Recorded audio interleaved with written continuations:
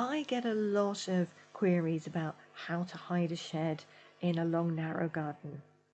And one of the common design problems or faults that always arise is that people put the shed in the garden and then the path takes you straight to the shed.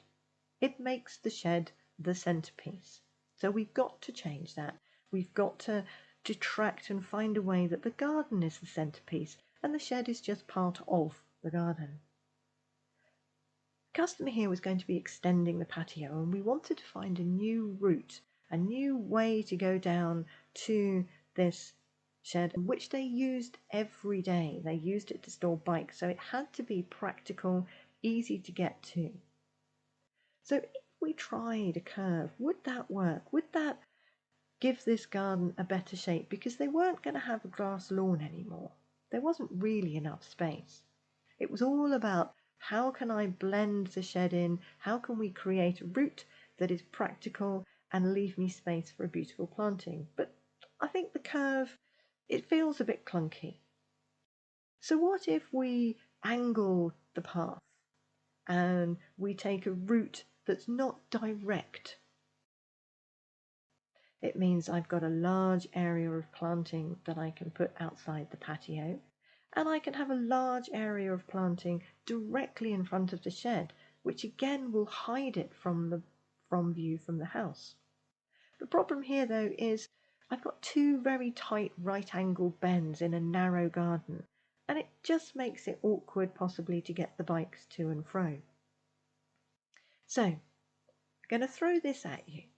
Sometimes change the whole angle of your garden, and in this instance what we're doing is we're angling the patio against the run of the fences, and then we can angle the path at a completely different angle.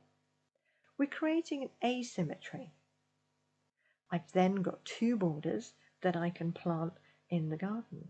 So if we put this now into the actual picture, the fence here was not terribly attractive, but we can hide that using trellis and maybe some acrylic mirrors or something to just disguise that fence, and then we paint the shed, in this case a lovely lilac.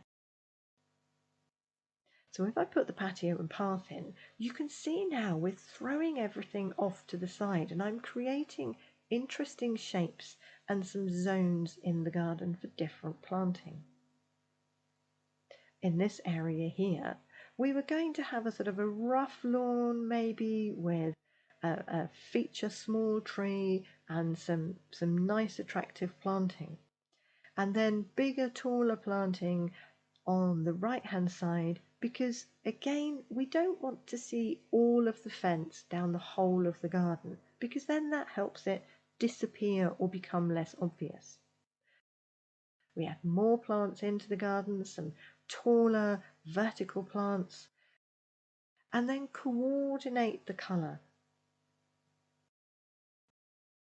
So I think you can see from the plan the shed disappears. And if you want to see what the garden looked like after the first year, pretty impressive. And then in year 2, voila. If you're going in a small garden, don't let the shed dictate how you get to it.